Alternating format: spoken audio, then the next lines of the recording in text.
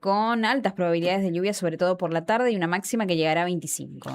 Estuvimos hablando esta semana con el Procurador General del Superior Tribunal de Justicia, Carlos Jiménez, que nos contó y confirmó la intención que tienen de que la legislatura sancione una ley para cambiar o reformar, sí, muy fuerte, el procedimiento en el ámbito penal, procesal penal, que tiene la provincia de Misiones. Síntesis, y para hacerla fácil y que todo el mundo lo entienda.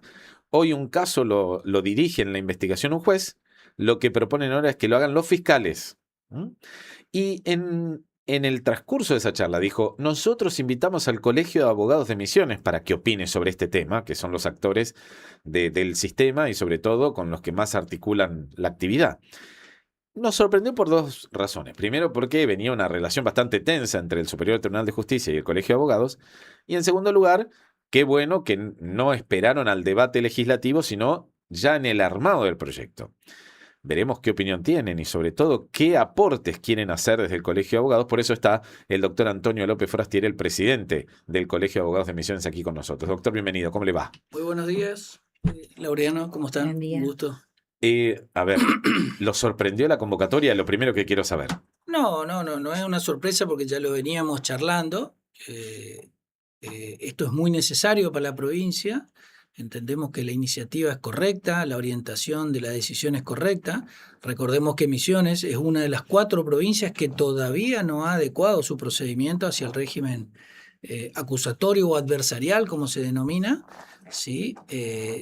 Hoy prácticamente todas las provincias, a excepción de Formosa, Misiones, Tierra del Fuego y Santa Cruz, no han todavía modificado este régimen. Y para que darle un dato más a lo que vos planteabas, ¿no?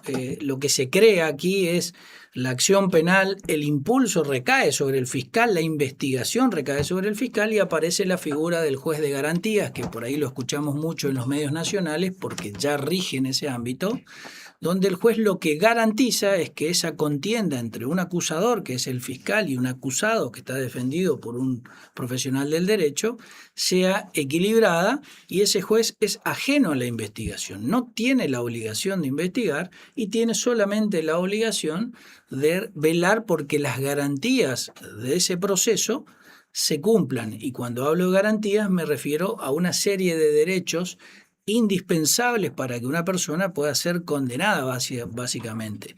Siempre decimos nosotros que el Poder Judicial es un poder del Estado con características muy particulares porque es el único que tiene la atribución de privar a los seres humanos, a los ciudadanos, de sus derechos más esenciales, entre los cuales está la libertad, por supuesto, la propiedad y todos los derechos que hacen en sí mismo a la persona, ¿no? Para que ese proceso sea válido, tiene que cumplirse una serie de requisitos que están previstos en nuestra Constitución, que es el denominado debido proceso. Y ahí viene en la historia de la República Argentina una disociación entre las garantías previstas en nuestra Constitución y los códigos de procedimiento que son regulados por las provincias, ¿sí? Nosotros hoy nos regimos por un sistema inquisitivo mixto, ¿sí? Y que cuando yo nombro la palabra inquisitivo automáticamente nos lleva a la época de los españoles. Sí.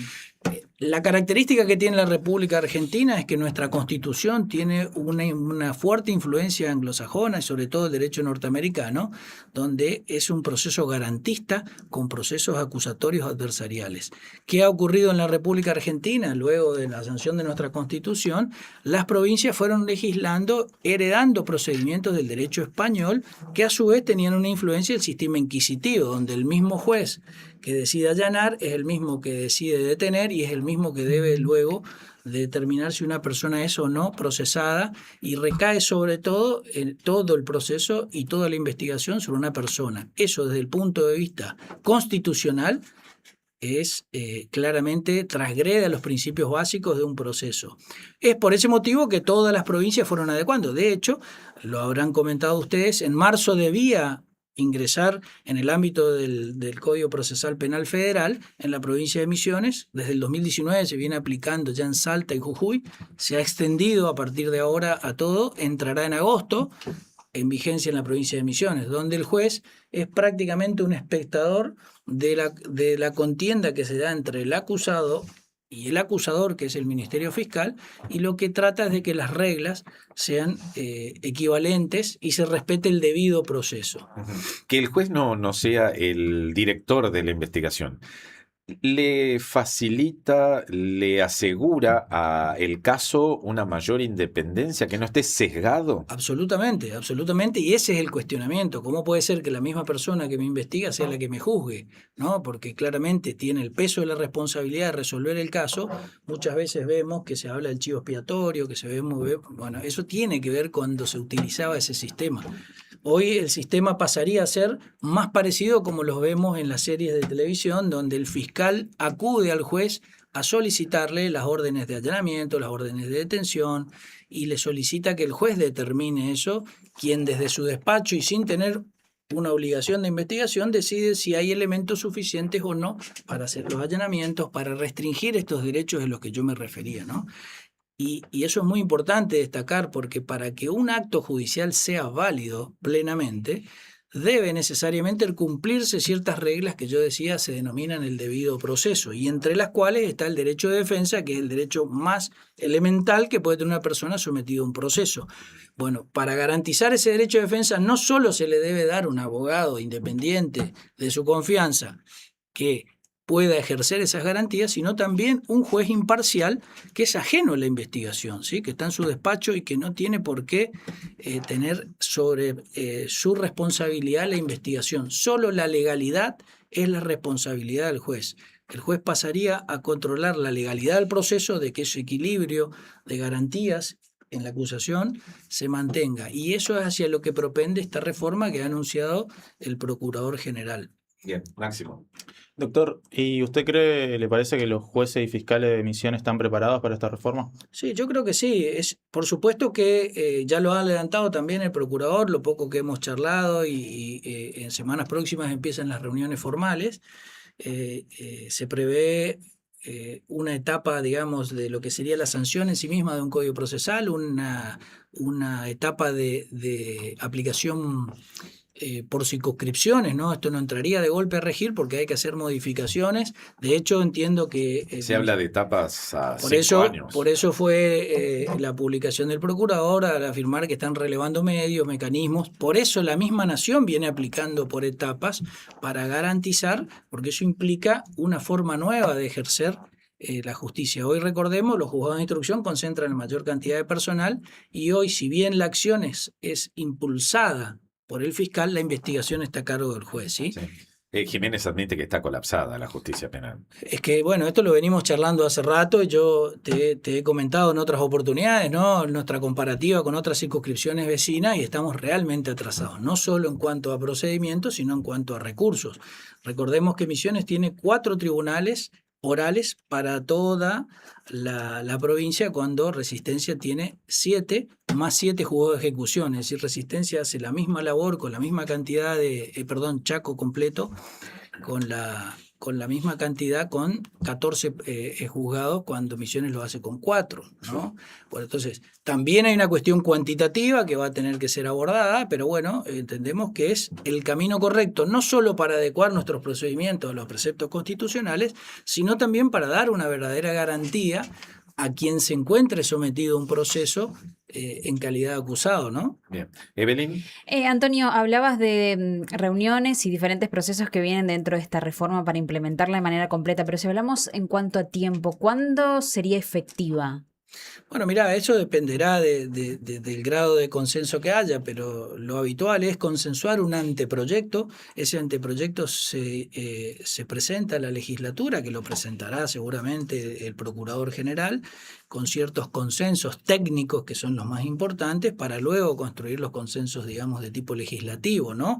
Eso pasa a las comisiones, y luego de las comisiones se pasa recién al recinto. Por lo que pude apreciar de las declaraciones públicas del procurador, sería la idea que este año sea aprobado, para que luego, en el transcurso de los años subsiguientes, se proceda a una etapa de implementación, ¿no? Pero es muy importante este paso que ha decidido dar la justicia, ¿no? Recordemos que el procurador es quien representa o reúne bajo su órbita a la defensa y a las fiscales. Entonces, por eso también el procurador propone una ley que regule el manejo y todo lo que tiene que ver con las atribuciones tanto de los defensores como los fiscales, porque ¿qué ocurre? Y esto es algo muy requerido por los profesionales del derecho, ¿no? Se habla de la igualdad de armas, como para que se entienda, entre la fiscalía y uno se puede enfrentar a una fiscalía especializada en ciberdelitos y quizás su cliente no tenga recursos o esté defendido por el defensor oficial, debe contar con las mismas atribuciones o las posibilidades o medios de prueba que cuenta la fiscalía, ¿no? Pues si no nos encontramos con un fiscal hiperdotado de mecanismos y medios electrónicos, cuando Pero un ¿quién te defensor, defiende? No. claro, sobre todo el defensor público, que es el que atiende a las personas que no tienen recursos. Entonces, todo eso entra en discusión. Yo creo que esto va a llevar un debate de un tiempo y debe ser así, pero creo que hay coincidencia en los términos generales. Después hay muchos subsistemas de hasta dónde, cómo, y hay mucha experiencia a nivel nacional. Decía que de las 24 circunscripciones, pues son 23 provincias más Ciudad Autónoma de Buenos Aires, ya prácticamente quedan 4, o sea que hay mucha experiencia como para nutrir y no cometer errores que ya se fueron cometiendo. También la justicia federal empieza ahora, ustedes recordarán, en la ciudad de Posada, el juzgado federal está a cargo de la doctora Escanata. Bueno, ella tenía un sistema mixto donde ella podía delegar si el caso, o si no actuaba como juez de instrucción, delegar en el fiscal la investigación. Hoy la doctora Escanata, por ejemplo, saldría del ámbito de la investigación, recaería en agosto, eso ya está aprobado, y el juez se hace en un debate oral donde viene el fiscal, propone la acusación, viene el acusado y se va resolviendo de acuerdo a las pruebas aportadas por la fiscalía. Si la fiscalía no aporta las pruebas suficientes, el juez no habilita el proceso. Hoy eso es diferente. Hoy se hace la denuncia y arranca el proceso y uno está sometido a un proceso y tiene que, por supuesto, enfrentarse a un juez de instrucción al cual le cuesta mucho separar la persona del investigador del juzgador. Está dentro de una misma persona, dos aspectos prácticamente contrapuestos que son los que reciben el cuestionamiento a nivel constitucional de lo que decía yo, el debido proceso. Eso en el derecho anglosajón, en el derecho norteamericano y en nuestra constitución es absolutamente incompatible con el debido proceso. Bien. Maxi. ¿Y usted cree que esto realmente va a agilizar la justicia? Bueno, la agilización de los procedimientos no depende solamente de los procedimientos, ¿no? Yo creo que esto es un paso más bien de punto de vista técnico. Por supuesto que le da mayor versatilidad a la fiscalía, le da mayor margen de actuación, también le da discrecionalidad para no impulsar la acción, que eso es un tema aparte que hay que debatirlo, ¿no? Hoy el Estado está obligado a impulsar todo lo que se denuncie. En este sentido es bastante distinto, pero si me haces la pregunta concreta, creo que no solo este es uno de los pasos. El problema tiene que ver con aspectos también cuantitativos. Esto resolvería lo cualitativo. Nuestra legislación estaría acorde con la Constitución Nacional y lo que establecen los tratados internacionales. Perfecto. Bueno, ahora va a venir una etapa de implementación. Yo, y ustedes saben que soy muy crítico de la evolución del Poder Judicial en los últimos años y creo que no, la respuesta sería no solamente esto, sino que va a ser necesario otras reformas. Como por ejemplo, debe estar ¿cuáles? contemplada la digitalización, los domicilios reales electrónicos, las comunicaciones. Hoy se pierde mucho tiempo en los procesos para comunicar. Hay veces hay expedientes donde uno encuentra 40, 50, 100 fojas tratando de ubicar a una persona, ¿sí? Cuando usted entra a las redes y lo ubica. Bueno, ¿por qué? Porque las formalidades establecidas en las normativas tienen que ver con esto. Bueno, en ese aspecto sí, pero luego está la infraestructura. Vamos a pasar a un sistema de fuerte componente oral, y esto ya lo hemos debatido, requiere la presencia del juez en las audiencias y ahí empieza a haber un límite temporal. Por eso es que el procurador habla de la necesidad de mayores fiscales y también van a ser necesarios mayores jueces. Nosotros desde el colegio venimos diciendo que lo que necesitamos, y siempre criticamos el ingreso de personal, que en los últimos años ha duplicado la planta de personal escribiente, pero la tendencia de los poderes judiciales hacia los sistemas orales presenciales con inmediatez del juez con las partes. Entonces lo que se necesita son jueces y no escribientes o dependientes. Claro. ¿Sí? Misiones necesita jueces en todas sus ramas. Yo decía hoy que en el ámbito penal Chaco hace una actividad con 14 jueces que Misiones la hace con 4 tribunales, es decir, con 14 tribunales cuando ellos lo hacen con 4. En el ámbito civil, Resistencia tiene 23 juzgados civiles y comerciales, Corrientes tiene 16 y Misiones tiene 8. Bueno, entonces empezamos a ver un poco que la calidad del funcionario, y me preguntabas hoy, es buena. Misiones no se caracteriza por tener funcionarios, tanto fiscales como magistrados, de buena técnica. Lo que pasa es que la realidad es realmente adversa, las herramientas son pocas y el sistema no colabora. Bueno, ahora el sistema colaboraría un poco más, va a depender, por supuesto, de una implementación estratégica. Seguramente vamos a tener que abrir un debate acerca de la cantidad de fiscales, acerca de la cantidad de jueces de garantías, ¿no? Porque al ser una audiencia oral, la presencia es inmediata y consideremos, y esto se enlaza con la cuestión que siempre debatimos. El año judicial tiene 196 días hábiles, no tiene 365. Entonces yo podría celebrar una audiencia por día, son 190 audiencias. Bueno, es un número acotado. Lo hemos charlado también en tu programa. Mendoza habilitó la tarde. Bueno, otras circunscripciones ya no tienen feria en materia penal, que me parece que es un tema a debatir, ¿no? Porque ¿qué pasa? Las ferias en enero, los jueces de los tribunales orales se toman, son 4 tribunales, la mitad sale en enero, la mitad sale en febrero, entonces después en febrero no se pueden integrar los tribunales porque no están los que salieron en enero, que salen en febrero, y en definitiva arrancan en marzo los debates, ¿no? Ahí el Superior Tribunal no abrió una ventana para charlar este tema, ¿no? Que ustedes vienen recurrentemente pidiendo que la justicia trabaje más días. Eso todavía no está en debate, pero creemos que va a venir como una consecuencia lógica, ¿no?, de este sistema. Recordemos que para las estadísticas del Poder Judicial, un tribunal oral de esos 4 que yo te hablaba está desarrollando entre 20 y 25 juicios orales por año, pero tiene 150 a la espera. Eso impacta sobre el término de vigencia de las medidas precautorias de privación de libertad, básicamente la prisión preventiva, que no puede extenderse, según los tratados internacionales, más de 2 años, ¿sí? Eso es algo que por ahí se debate mucho. Los tratados internacionales de derechos humanos establecen o presuponen que si el Estado en el término de 24 meses no puede comprobar la culpabilidad de una persona, debe ponerlo en libertad y continuar con la investigación, ¿no? Pero esa medida precautoria, digamos, que utiliza el Estado de privar a la persona de libertad, no puede extenderse más de los 24 meses. Bueno, en Misiones eso ocurre y lamentablemente el número va en ascenso, ¿no? Te decía, 22, y cada tribunal tiene entre 100 y 150 procesos a la espera, con gente privada de la libertad, porque los debates que llegan, la mayoría son con gente privada de libertad. Es decir, esto no resuelve toda la problemática, pero por supuesto es el punto inicial sobre el cual se debe iniciar una transformación del Poder Judicial. Si no modificamos los códigos de procedimiento, no vamos a poder modificar la realidad, ¿sí?, que viene después, por supuesto, dotado de los elementos en cantidad de fiscales y magistrados, ¿no? Maxi. Doctor, ¿y cuándo y cómo también se podrían dar las otras reformas necesarias que usted decía, como la digitalización, por ejemplo? Bueno, nosotros venimos impulsando y venimos charlando. Nosotros somos muy defensores de la digitalización, ¿no? Hoy una de las problemáticas que tiene que ver con los tiempos judiciales, una sola, ¿no? Uno son los códigos de procedimiento, otros son los medios cómo nos comunicamos, ¿no? Para darte un ejemplo, las cédulas que se hacen en soporte papel hoy se imprimen, se salen del juzgado con una copia, queda una copia agregada en el legajo del expediente, va a la jefatura, de la jefatura va a la persona, después vuelve. Eso tarda 15, 20, 30 días a veces para hacer una notificación. En los procesos civiles y comerciales pasa algo similar a través de una oficina de mandamientos.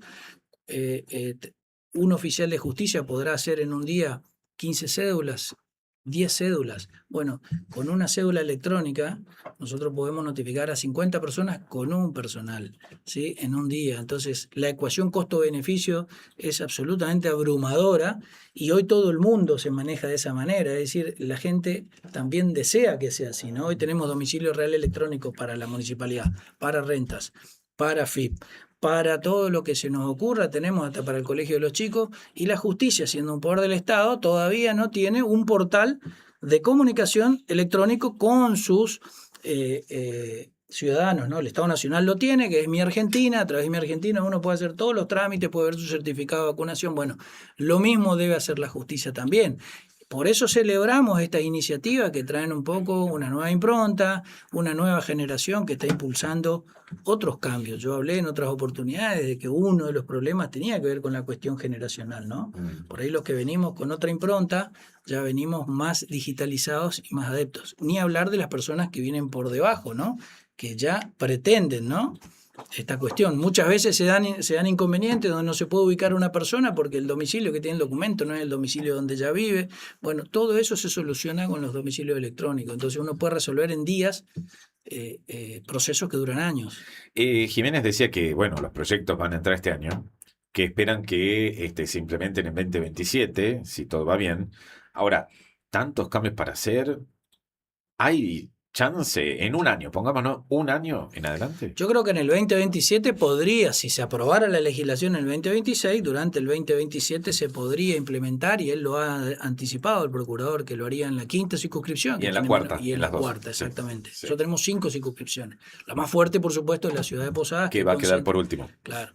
La ciudad de Posadas es la que concentra mayor cantidad de población y también incide el aspecto demográfico, ¿no? Hay mayor cantidad de habitantes por kilómetro cuadrado, hay mayor conflicto, todo es multiplicado por 10 en Posadas. Entonces, el hueso duro, digamos, el lugar donde va a ser más difícil implementarlo, va a ser en la ciudad de Posadas seguramente, pero no obstante, los procesos no se dan. Eso lo sabemos quienes estamos en los rubros, ¿no? Por supuesto que uno desearía que sean lo más rápido posible, pero esto es parte de un proceso y lo comentábamos hoy antes de iniciar el programa, ¿no? Que el Poder Judicial está en un estado crítico, nosotros lo venimos denunciando hace muchos años. Realmente es muy malo el diagnóstico del Poder Judicial. Es el peor Poder Judicial del Nordeste, claramente, ¿no? Nuestros vecinos de Corrientes y Chaco fundamentalmente nos han superado. Tenemos el único Poder Judicial que no tiene ingresos por concursos.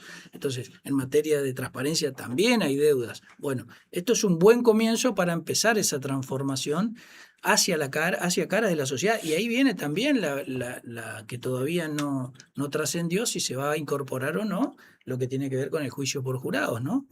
Que es tan demandante. Nosotros en el Colegio de Abogados hacemos simulacros y realmente es muy clara la intención de participación de los ciudadanos, ¿no? Nosotros hacemos una simulación con un estrado y esas personas que se involucran son convocadas por medios, por redes, y se hacen sorteos y tenemos inscripciones de hasta 200 personas interesadas en participar en los simulacros, y hay un interés de la sociedad en participar en los procesos penales. Y bueno, todo esto un poco va atendiendo hacia esa, digamos, apertura. Porque siempre decimos, si el Poder Judicial es un servicio del Estado, como lo es la salud, como lo es la educación. Entonces, posicionar a un poder del Estado de caras a la sociedad, para mí es el punto de partida. Todavía eso no ocurre en todos los aspectos. Sí, por supuesto, en el ámbito de la procuración, bueno, que el proyecto que estamos debatiendo hoy, por eso me parece muy importante el impulso que se está dando a esto. Me quedan dos temitas. La primera, sobre todo pensando en que también se tiene que implementar la nueva ley penal juvenil, ¿no? En septiembre. Eso, ¿lo ve al Poder Judicial preparado? Bueno, eso va a ser un gran desafío, porque esto lo hemos debatido con anterioridad, ¿no? Se legisla en Buenos Aires, pero se aplica en Misiones y con recursos de los misioneros. Y la ley penal juvenil prevé un sistema que nosotros hemos criticado desde el Colegio de Abogados porque entendemos que no se adecúa estrictamente a los estándares internacionales, ¿no? Lo que se hizo acá fue bajar la edad de imputabilidad e incorporar básicamente, como se decía, pena de adultos. Delito adulto, pena de adulto. Bueno, eso desde el punto de vista técnico es absolutamente improcedente, ¿no? Nosotros hemos manifestado, si uno mira el sistema que adoptó, por ejemplo, Brasil, Uruguay, la imputabilidad de los 18 años, pero tienen un régimen penal juvenil que es un concepto totalmente separado, que aborda la problemática de los con juzgados especializados, con comisarías que estén destinadas a recibir. Hoy, por ejemplo, para ser prácticos, en septiembre entre regir, un menor de 16 años, que ahora se lo imputa de los 14, va a una comisaría normal. ¿Cómo va a ser la comisaría si por tratados internacionales no lo puede tener alojado con los menores? Va a ser un problema práctico muy importante y un gran desafío para el Poder Judicial, ¿no? Entonces, eso me parece que hemos errado, ¿no? Y ahí va un poco la crítica que hacemos. Pasó con la reforma laboral. A veces el Congreso cree que el consenso político es el consenso académico y técnico que va a llevar una normativa a buen puerto. No, los consensos se construyen en la forma que está intentando el procurador, a través del consenso con los actores. En cada proceso judicial hay un abogado, en cada proceso hay un funcionario del Poder Judicial y todos. uno de la Procuración. Bueno, que opinen todos, lo construimos entre todos y el desafío es que salga por consenso, que yo creo que se puede dar en este caso. Ahora, tanto la reforma laboral, ahora vemos tantos cuestionamientos judiciales, tienen que ver con la falta de consenso técnico. Uno cuando sale, ustedes por ahí no están en el rubro, pero uno sale del ámbito político y todo el mundo está criticando tanto la ley de minoridad como el código. De hecho están las cautelares, ¿no? Pero bueno. El problema es que, a ver, la reforma hacía falta. Ahora, con imposiciones volvemos al mismo problema. Claro, la necesidad, por eso digo que la responsabilidad, de mi punto de vista, recae sobre los legisladores. La necesidad es real. Hay consenso técnico y académico de que había que reformar las cuestiones, digamos, del régimen penal juvenil. Lo que pasa es que no se los escuchó. Entonces se creó un consenso político que omitió lo técnico y eso trae más conflictos porque los que lo van a aplicar no están de acuerdo. Pasó en el ámbito de la ley de reforma laboral. Es decir, y estamos viendo los resultados. Lamentablemente no es el camino adecuado. Por eso reitero que me parece que el camino es este, el del debate amplio, donde por supuesto no siempre va a prevalecer la opinión de un sector, un consenso y luego un trámite legislativo para ya pasar directamente al desafío siguiente, que es la implementación. Esto va a ir, por lo que tengo entendido, con 3 leyes. Sí. Una que modifica el código, una que modifica el tema de la estructura orgánica de la Procuración y otra de implementación gradual en el tiempo. Correcto. Y la última, hablando de recambio generacional, se fue Ramona Beatriz Velázquez después de 2 décadas y media de ministra del Superior Tribunal de Justicia y ahora el gobierno está proponiendo al fiscal Andrés Puyade. ¿El colegio ya tomó una postura? Mira, nosotros tenemos una postura definida sobre los aspectos generales que tienen que ver con la designación y esto yo creo que lo hemos hablado en otras oportunidades. Nosotros, yo creo que se dio el mismo debate cuando se nominó a la doctora Fiori. Nosotros lo que creemos es que este tipo de designaciones tienen que tener un consenso más amplio del que tienen. Hoy lo está definiendo el gobernador, entre 4 paredes, lo define y lo propone, ¿no? En el ámbito nacional, por ejemplo, existe un decreto que en su momento fue firmado en la presidencia de Kirchner, donde el presidente está obligado para proponer a la Corte Suprema de la Nación una terna de 3 personas que es debatida, que se hace a través de audiencias públicas, que se debate y luego sobre eso el presidente toma la decisión e impulsa una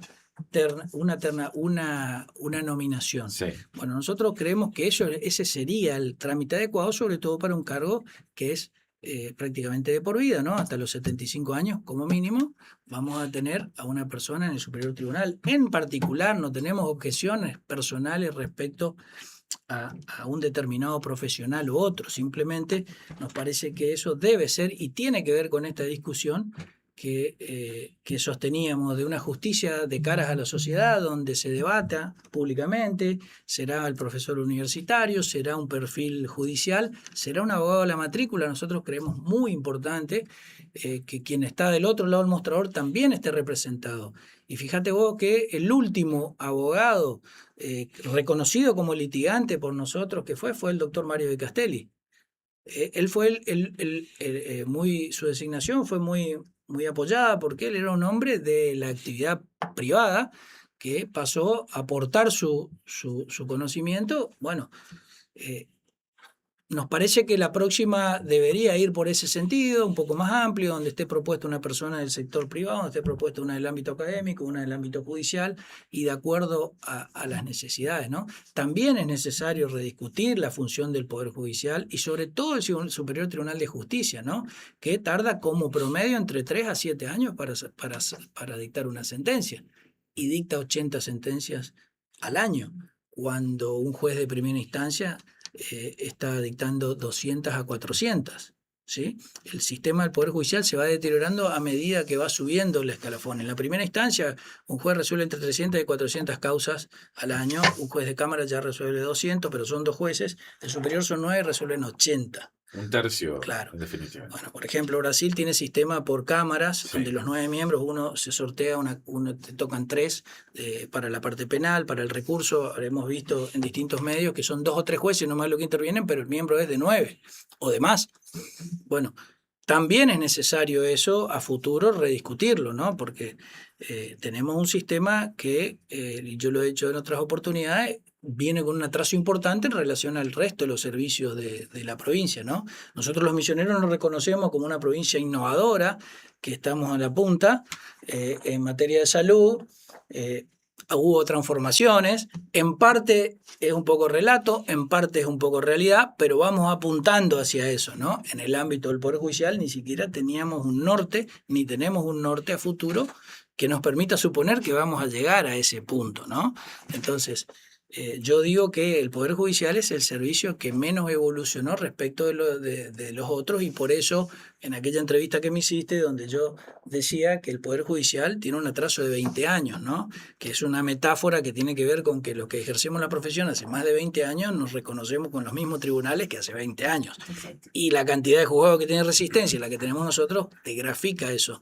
Entonces, es muy necesaria una rediscusión de todos los aspectos de la justicia. Nosotros seguimos insistiendo y vamos a seguir insistiendo, ¿no? Porque ahora es momento de sentarse a trabajar, aportar lo que tenemos que aportar y esperar que esa reforma represente también los intereses de los abogados y de los profesionales del derecho. Gracias por haber venido como siempre. Bueno, gracias a ustedes por la invitación. Diría Francisco, hay que hacer lío. Usted se lo toma siempre en serio. Bastante, ¿no? Bastante, bastante. Nos han puteado bastante a los dos, habitualmente cada vez que charlamos. Bueno, pero veamos el punto positivo, ¿no? Cuando uno agita y mueve un poco los temas, nosotros del colegio nos sentimos, digamos, que el objetivo principal que teníamos cuando iniciamos la gestión, junto a los colegas que me acompañan, era visibilizar la problemática. Es decir, y hemos logrado estos años que se visibilice la discusión y se discuta. Bueno, ¿cuál será la solución? Hay múltiples soluciones.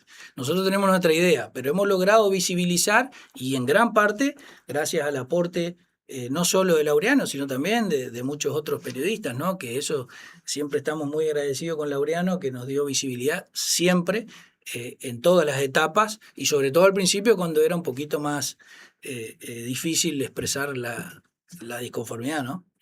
Bienvenido siempre, gracias por acompañarnos. No, gracias a vos. Antonio López Forastier, el presidente del Colegio de Abogados de Misiones, hablando de esta propuesta de reforma del proceso penal en la provincia de Misiones, haciendo los aportes, contando que esa es una parte apenas, que falta mucho más. Hablando de una justicia que, bueno, no es tanta justicia, que se toma su gran tiempo para hacer justicia, y sobre todo lo que hace falta en materia de recursos humanos.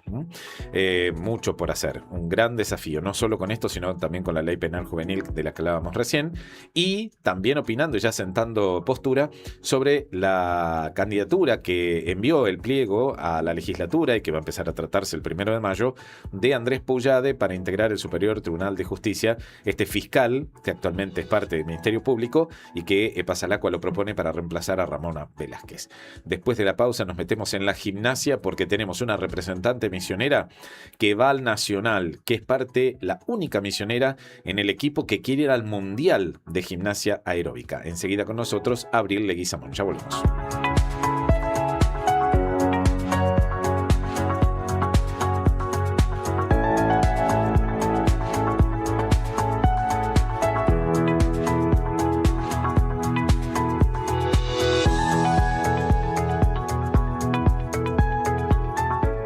Toda nuestra información está en radioapp.com.ar. Romances, amistades, compartir algo contigo. Romances, calidad, suavidad. Como te digo que la yerba de mi vida.